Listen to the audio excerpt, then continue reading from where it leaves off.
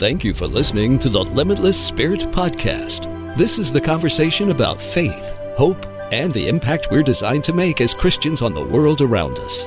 Your host, Helen Todd, the Vice President of World Missions Alliance, has spent over 2 decades traveling to the world's hotspots to meet the spiritual and physical needs of those who are desperate. She interviews guests from different walks of life whose stories, books, and ideas examine today's most pressing issues and challenges of being a Christian today and inspire you to action. As soon as I opened my car door, I saw a man. He pulled out a gun. He pointed to the woods behind my apartment complex and told me to go walk back there. I just started talking and praying and calling upon the name of the Lord, because in the Bible it says that if you call upon the name of the Lord, you will be saved. And I was just asking Jesus to help me and save me. That's Katrina Griffin, the guest on this episode of the Limitless Spirit podcast. I'm your host, Helen Todd. Something terrible happened to Katrina in that moment she was just describing, even after she called on Jesus to save her. The experience that sounded like every woman's worst nightmare took her on a journey of understanding the width and the breadth of God's love, the true meaning of forgiveness, and how it is okay sometimes to be angry at God. In the interview, Katrina also shares how in the process of rebuilding her relationship with God, she discovered a greater purpose in life and fulfilled her childhood dream. Let's dive in now. Hello, Katrina. Welcome to the Limitless Spirit podcast. Hello. Thank you for inviting me to come on. This is an honor. I'm excited to share your story. It's beautiful. It's heartbreaking in some ways and beautiful in others. But this is how God works in our lives, and He's able to turn ashes into beauty. And so this is what we will talk about. From what you shared in your testimony, since childhood, you struggled with your identity and struggled to fit in. Tell me a little bit about your experiences with that. My parents were both in the military. They met in the military. They were Marines. I lived on base probably like the first 6 years of my life. And as far as I can remember, I remember just being bullied. And actually, one of the first bullies I had was when I was in preschool. I guess I was 4 or 5 years old.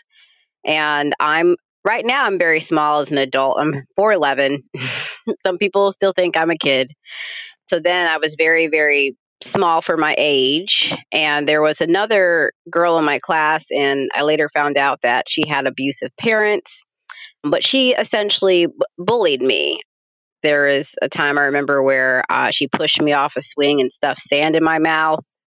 And, I was very young. I went to a teacher, and I think the teacher had too many kids that she was watching, and she just yelled at me and told me to go rinse the water out of my mouth. My bully happened to be white, and I'm African American, and she would tell me that it wasn't okay to be Black and that we couldn't do anything. And, during this period, I didn't feel like I was getting much help from the adults too. So I just internalized all those things that was going on in my heart, and I believed them. And that followed me into, once my dad retired from the military, we went to a more predominantly white area, and it was a nice middle class area, but there were not many other Black people there. So just being different and knowing that I'm different, I struggled with that. So, and that kind of followed me into middle school as well. Then when I was in school with other people who looked like me, more Black people, I wasn't accepted by them because they said the way that I talked was white, and they made fun of me for that. And so I just felt like I didn't fit in anywhere. You mentioned that you had very supportive and loving parents, and yet you sort of rebelled in your teenage years. What do you think led you to that? By the time I was a teenager, I had a lot of other things going on. I was severely depressed. I had an eating disorder. Again, I was still struggling with my identity because just over time, I had learned to just hate myself. Also, during my teenage years, my parents were having marital issues. And even though I felt really loved by them and secure in that, it just caused a lot of issues. And I just looked for things some things to fill a void that I had so I could feel better about myself. So as a teenager, I did start smoking marijuana and drinking and just doing those things, mainly after I graduated high school. During high school, I made really good grades. I did track, I did student government, I did stuff like that. I did volunteer rescue squad. So I was seen as a really good kid. Although when I did do volunteer rescue squad, I would actually say I was there and sneak out and go to parties and things of that nature. But pretty much when I graduated high school and went into college, that's really when I got into full-on rebellion and depression, drinking, and I just made a lot of poor decisions then. And it all rooted from just my identity and just hating who I was and trying to feel different than what I felt. Now, your parents, they believed in Christ, but they were not really a church-going family. So tell me, how did you come to know Jesus? On my mom's side of the family, they're very spiritual people. There are actually some pastors. My grandmother was saved. And my mom believed, but we mainly just went for Christmas and Thanksgiving. And, if my Meemaw, she wanted to see Meemaw, we would drive like an hour and a half to her church. But for whatever reason, if we were ever late, we did not go. If my mom was just tired, we didn't go. We didn't really talk about religion per se. My dad, he really wasn't a believer. I think he had said some obscenities towards God at one point and made it evident he did not believe in him. So it wasn't anything that we talked about, really. There was one time I went to church and the pastor was basically talking about how Jesus was the only way. And my mom had a problem with that. God wasn't anything I was interested in. There was a couple of times I was invited to go to church with some people from school, and I went. But to me, I was very science oriented. I liked evidence of things. I just was wasn't very open to God and what he had for me, if he did exist, because I felt like my life was so horrible. So when I was 19, I actually went to college and I went into a really deep depression. At one point, basically took a huge bottle of Advil and started to take it with alcohol. I was going to end my life. And I remember even cursing God, even though I felt like I didn't believe in him. And a miraculous thing happened. My roommate basically saved me, which is a whole nother story, but she saved me from basically killing myself in my college dorm. And I ended up having to leave and go home. And I continued on with the depression. And I just never thought I would get any better. And then one day, a friend of mine, she told me she had a solo to sing. She sang one verse of that solo, and it was a whole church service. I didn't know it. And someone in that church service who basically operated in the gift of prophecy, at the end of it, she came and spoke to me and just prayed over me about some things that I was doing that I didn't think anybody knew. And she said it was God. It scared me a lot. So after that, I went into the parking lot and chain smoked a cigarette pack because I was like, oh my gosh, God is real. How does he know? And so after that, I had a family member pass away. And I just remember she knew the Lord. She had peace when she died. And I wanted to know that peace. So I decided a couple weeks later in church just to give my heart to the Lord. And as soon as I did that, I just felt like a whole weight had been lifted off my shoulders. I remember going home and looking in the mirror and actually liking what I see, which was pretty big for me because I hated myself and I still, had the eating disorder. And after that, I didn't have any issues with what I did with my food and how I felt. And things have just changed since then. And I'm 34 years old now. That was when I was 19. After you got saved, you went through a pretty traumatic, extremely traumatic experience that in some ways challenged your faith. Will you share about that? Yes. So I got saved when I was 19, and I basically just went full in with the Lord because I just had a miraculous experience with him, and I knew he was real in my life, and he was already changing my life. So I was very active with my church, lived with my pastor for a short period of time, rented a room from his house with his family. I was leading the homeless ministry at my church. I was teaching Bible study. I was doing very active with the Lord. One day, I had to make arrangements for, I was going to lead actually a homeless ministry handout over the weekend. And my roommate at the time, she got her car repossessed. So I had to go pick her up at work pretty late at night. So I had picked her up from work around 11 p.m. at night, and I took her back to our apartment complex, which wasn't in the best area in town, but it was what we could afford. And she was just talking about work and all these things. And I'm the type of person where I like to be by myself, to kind of think about things. And I was getting really nervous about my homeless ministry event the next day.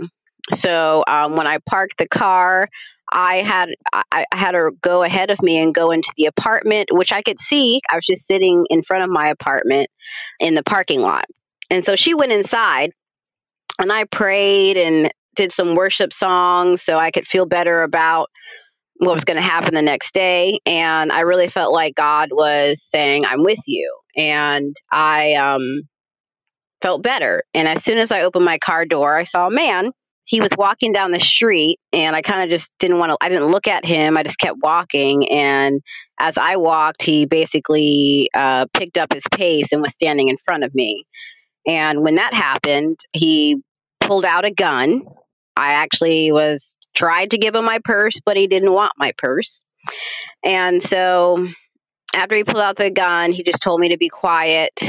He pointed to the woods behind my apartment complex and told me to go walk back there. So when this happened, I had a whole lot of things going through my head. I remember hearing that if anyone ever comes and they take you to a different location, that's where they're going to kill you. I just started talking and praying and calling upon the name of the Lord, because in the Bible it says that if you call upon the name of the Lord, you will be saved. And I was just asking Jesus to help me and save me.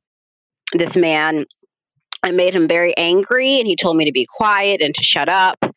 And, while we were walking down the hill, I just flat out asked him, are you going to hurt me? He said, no, I'm not going to hurt you. And I said, you're going to kill me? He said, no, I'm not going to kill you. And I said, are you going to rape me? And he just kept pushing me towards the woods. And so again, I began to pray, and he kept telling me to be quiet. Then in the woods behind my apartment complex, he raped me. And I remember telling him right before he did it, I said, Jesus will forgive you, and I will forgive you. I just remember that because I really thought that was going to be the end for me. And I just didn't want him to think that there wasn't anything God wouldn't forgive. And I just wanted to make sure whatever my last words meant something.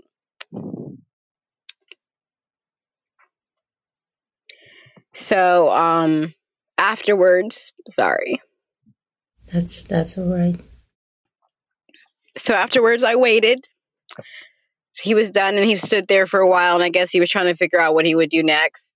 And then he just walked away. He just left. And it happened in November. It was like kind of here in Virginia, November, it's kind of rainy, mild weather, but it had been raining that night. And as soon as I could hear him walking away and the leaves underneath his feet, I knew he was gone. So I got up and ran to my apartment, and, I told my roommate, and then we contacted the police and did all those things that you're supposed to do after that happens. It actually made things a little bit more difficult because I felt like, okay, well, I survived. I did everything I could. And now, odds are they're probably not going to find him because it's been raining. I was just kind of beside myself. I told the police, and a couple days later, they brought me in, and they basically told me that I made the whole thing up. So I did not expect that, and it kind of broke me. After that happened, they basically harassed my roommate and tried to say that I made it up because we wanted to break the lease in my apartment complex. Okay, so it was a kind of bad week. I actually got fired from my job like a couple days before this happened. And luckily enough, I have loving parents. And when they found out I got fired for the job, my mom said that she would cover, the last 2 months of rent that I needed. And my roommate was going through some financial loss too. So they were saying, I didn't really try to fight him.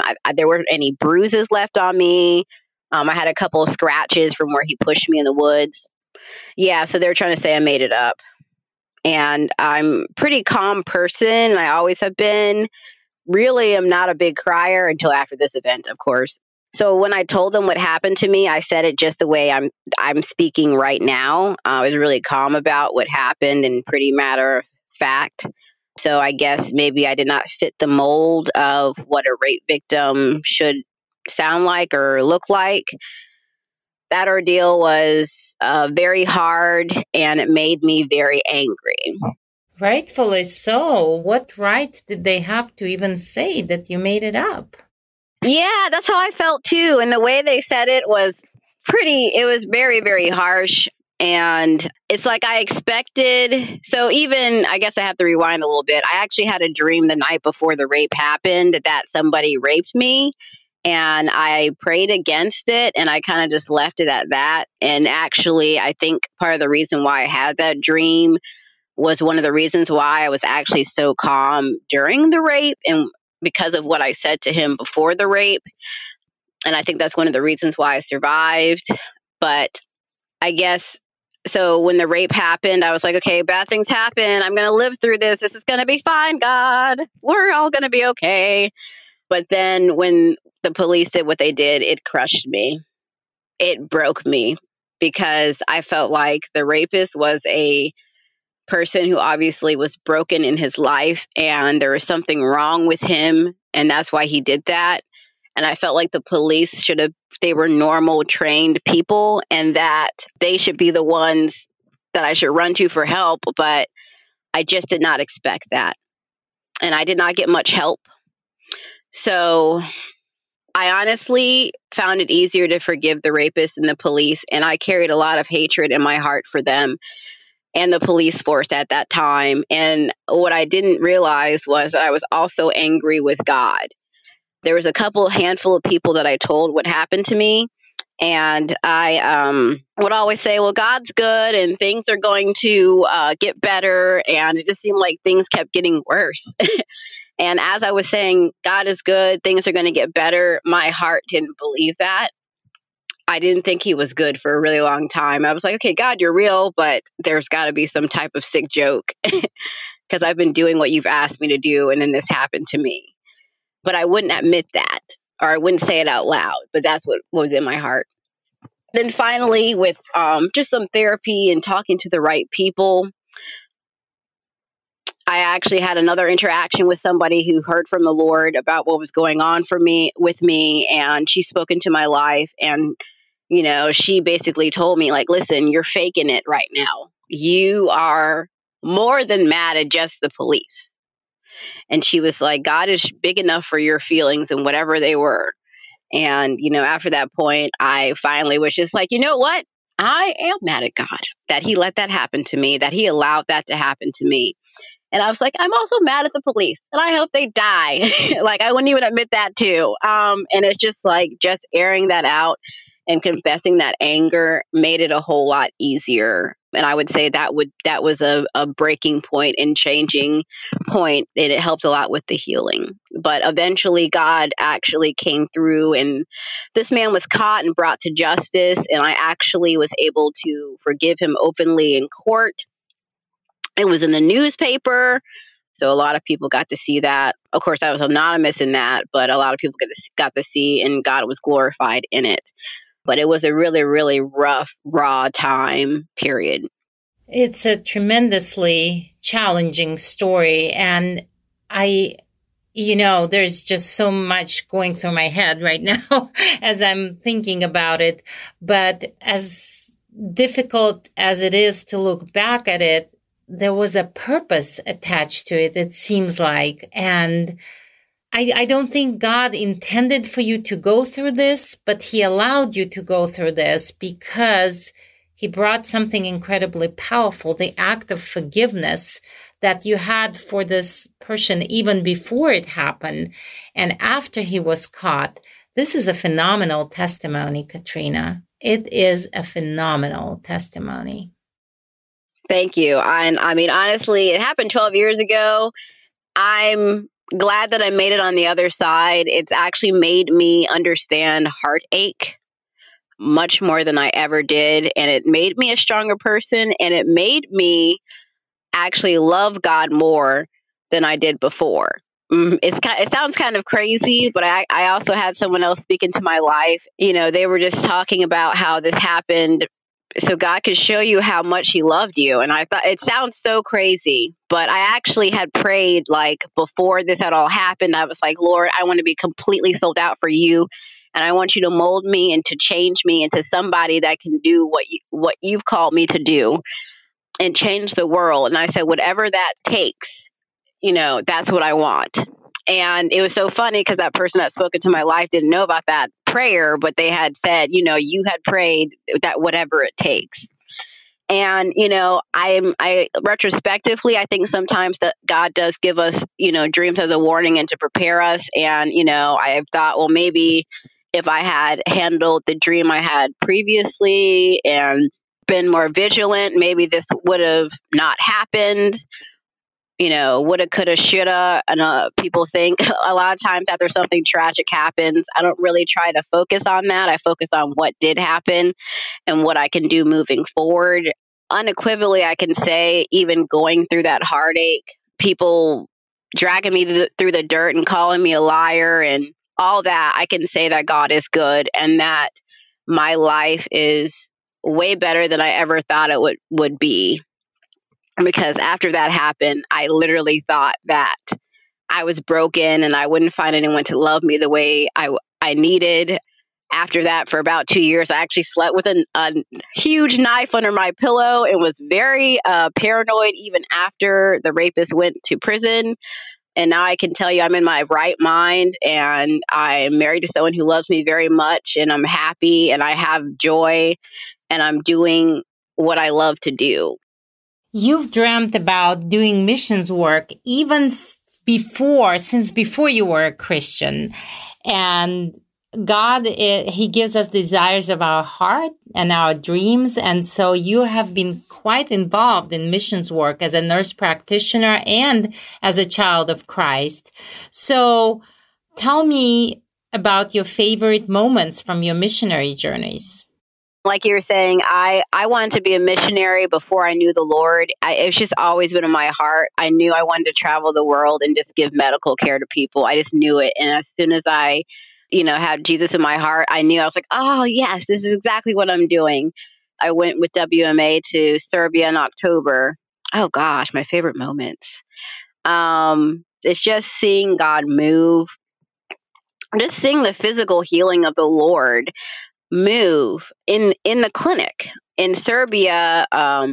I guess a turning point for that trip is here in America. I'm a nurse practitioner, and when I can, I pray for my patients. I'm in a room by myself, and I've seen God move and people be healed of like end-stage renal disease where their kidneys start working, debilitating pain where they're able to walk again. And I just really wanted to see that in Serbia. And when I got there, I was praying for people. I didn't really see any physical manifestations quite yet, but we were in a gypsy village, and there was this one woman. She told me, she said, oh, my shoulder hurts. And I almost kind of didn't believe her. She's like, it makes a big clicking sound. And I was like, okay, yeah. And then she like raised her shoulder and it literally popped because it was not in place. Like she had dislocated her shoulder somehow. And it had been like that for months and months.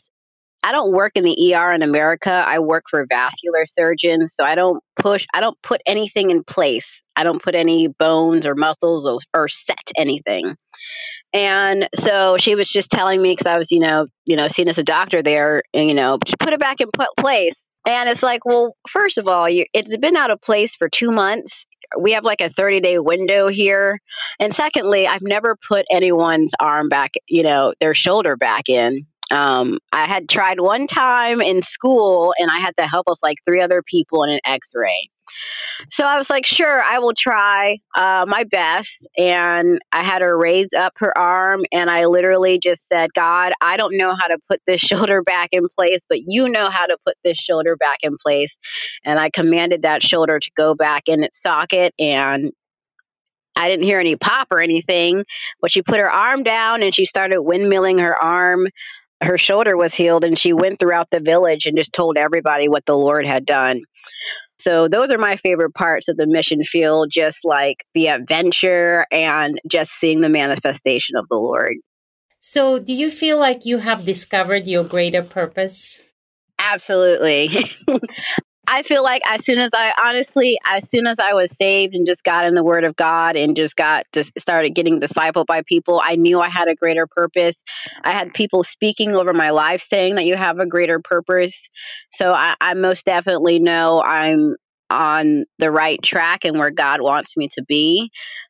Just given the opportunity to lean on Him, I really do feel like I found my greater purpose, and it's because I know the Lord and I've had people just disciple me and push me in the right direction too. So what is your greater purpose? My greater purpose is to just spread the fire of God. My purpose is to show people that God moves today, in spite of your heartache, in spite of where you come from, in spite of everything and whatever your circumstances, that God is real, that He cares for you, and that He still moves on in this physical world right now and can change anything. There's nothing that's impossible to Him, and that we can operate in that. And I'm most definite sure that that is my greater purpose, and to let people know about that. That is incredible. And thank you so much for sharing your story. I know that it's probably painful going back into these memories, and yet there is so much hope in your story. There is so much encouragement. And so thank you so much for coming on this podcast and sharing with us. You're welcome. And thank you for this opportunity. I was actually telling my husband, because I've spoken about what happened to me multiple times, but I always tell him, I was like, gosh, when I'm really talking about it and really getting to the deep things of it, I always tear up. And I tell him I have to go to that place because that's where the breakthrough was. And that's why I get so emotional with it. And, I guess I could say I enjoy telling my story, even though it's difficult, because I know it'll help someone who's been in the same predicament. One amazing thing about Katrina's difficult story is that God confirmed His presence in her life in the most difficult moments. No matter what kind of heartache you're going through today, I hope Katrina Griffin reminded you that God can bring something very beautiful out of it. Forgiving the unforgivable brings a shift in a person's life. It doesn't excuse the one who hurt you from the consequences of their actions, but it releases you into a higher dimension and a more fulfilled and meaningful life. And maybe some of Katrina's stories about being on the mission field sparked an interest or passion in you to get involved. If so, please visit our website, rfwma.org, and learn more about how you can live out the Great Commission and share your faith with people around the world. Also, on this site is the information about the upcoming Greater Purpose Conference that will happen in May of 2021. You don't want to miss on this gathering of folks like Katrina who have found their purpose in doing missions work and serving God around the world. Again, check the website rfwma.org. I hope you're ready for a blessed and exciting year 2021. Until next time, I'm Helen Todd. Limitless Spirit is produced by World Missions Alliance. If you believe in the importance of the Great Commission, sharing Christ around the world and helping those in need, check out our website, rfwma.org. If you liked what you heard, consider supporting the Limitless Spirit podcast by going to rfwma.org/give. Subscribe to the podcast on your favorite platform and leave us a review. Tune in next week for another exciting episode.